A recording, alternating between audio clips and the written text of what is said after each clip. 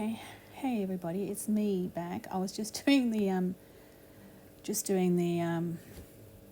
working on the video to show everybody about what I think's what I've found out to be the likely prospect of Australia's economic future when it comes to financial type of things and government interactions and screwing us.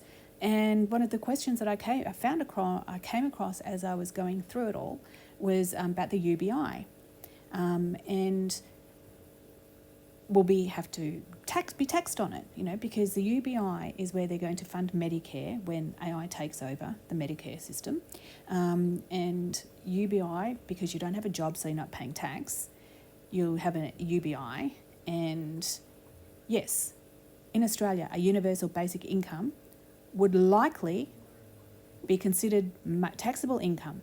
It would be treated similarly to other government payments, pensions and other allowances which are generally taxable and need to be declared in your tax return, according to the Australian Government Office. The ATO would likely recoup a proportion of the UBI from higher earners through the tax system. So obviously everybody's going to get the UBI. That's why it's a universal basic income. So if you're working, you get the UBI as well. If you're not working because you lost your job because you didn't take a certain medical procedure or you hurt yourself, or for some reason you don't have a job anymore because Randy the robot has taken your job and now you are sitting on your ass at home, and you've got no money. So the government will throw that money at you like they did during COVID times. It was a trial. COVID was a completely utter trial. Staying at home, like the essential workers and the non-essential everybody else's, was purely leading up to the UBI.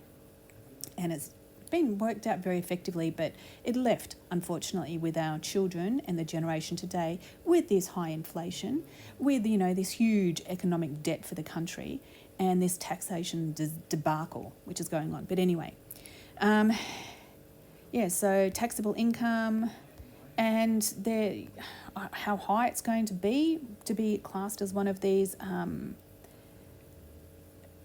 high earners. What are they going to class as a high earner? I just don't understand it. They're calling it a redistribution of taxes. It's not a redistribution of taxes. It's stealing people's wealth and people's prosperity. The government did the wrong thing. They fucked up big time. They screwed things up big time. They played Russian roulette and they dodged every bullet, and everyone else in Australia and in the Western world has copped every bullet.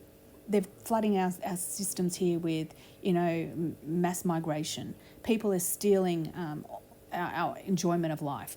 They're also taking away our children's future. They've made the price of housing and the cost of living and the cost of electricity, and this is the government, and I'm not blaming the people that come here because I can't, if you've got a shitty place that you're in, soon I might be one of those people. I might be a migrant going somewhere else. So, I can't be, too judgmental on people. I don't begrudge anybody trying to get a better quality of life. But I have asked quite a few Uber drivers. And they come from like India and places like that. And I've asked them, frankly, I don't mean to offend you, but, how long have you been in Australia? They tell me like 5 years or whatever. And I'm like, well, you look back and, do you think you've got a good quality of life here in Australia? Are you happy to be here? And they're like, oh, it was okay, but, I can't do anything anymore. I'm always working. I can't afford to go anywhere. I can't afford to do anything. It's just work, because they're all Uber drivers, right? I said they were Uber drivers.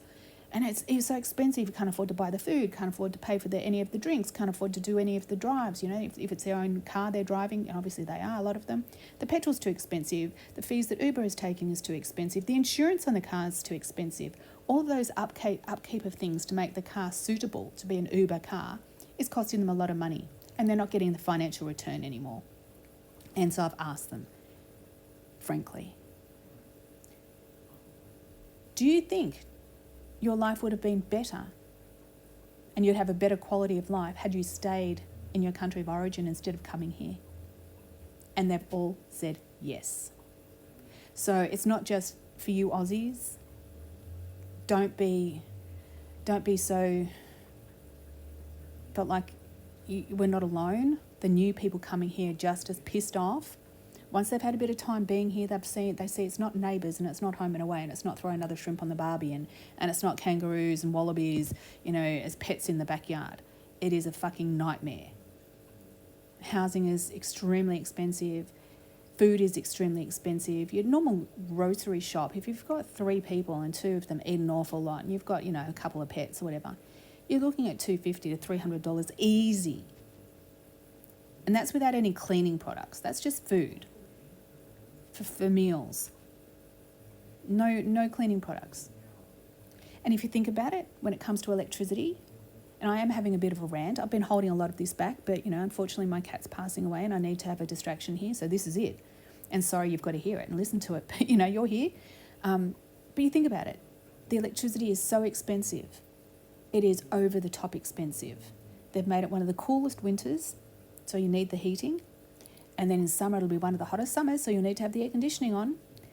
But not just that, but if you want a clean house, if you use a washing machine, if you use a dryer, if you're living in apartments, a lot of the time you don't have any sunlight.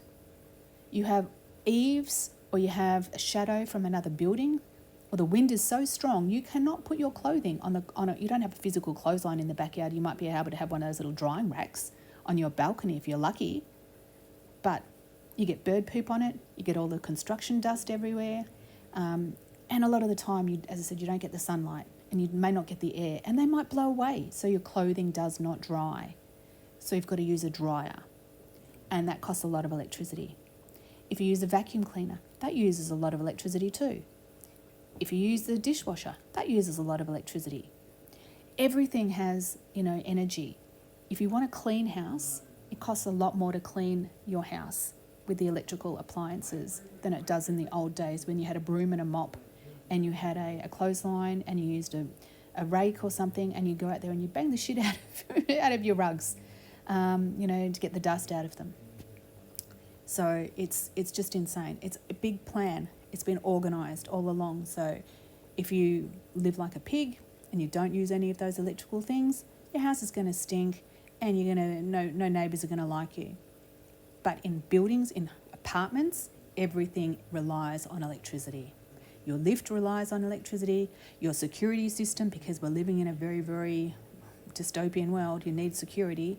Where I am, we had the police turn up twice in 1 week on my level.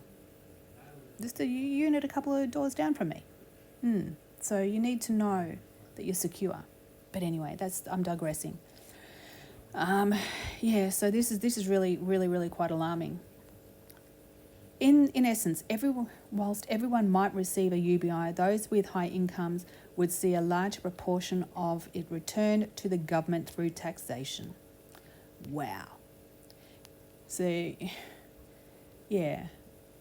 And they would fancy it up with maybe you'd get some type of rebate, that altruistic methods, like so many of the politicians like Donald Trump, he donated his salary because he didn't need it. But I bet you he's getting a tax rebate for that. Of course he is. Or maybe they'll suggest that, you give your money to charity and you make a donation and you get a tax write-off.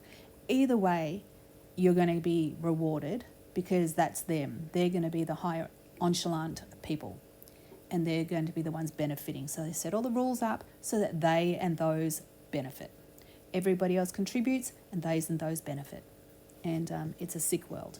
But anyway, this is only meant to be a small little addition into the video, but I might have to make it part 2 because it's just waffling on too long. And I haven't even got on to the whole stuff with the NHS in the UK and their council taxes because it's insane, absolutely insane. But anyway, Godspeed to all, Godspeed.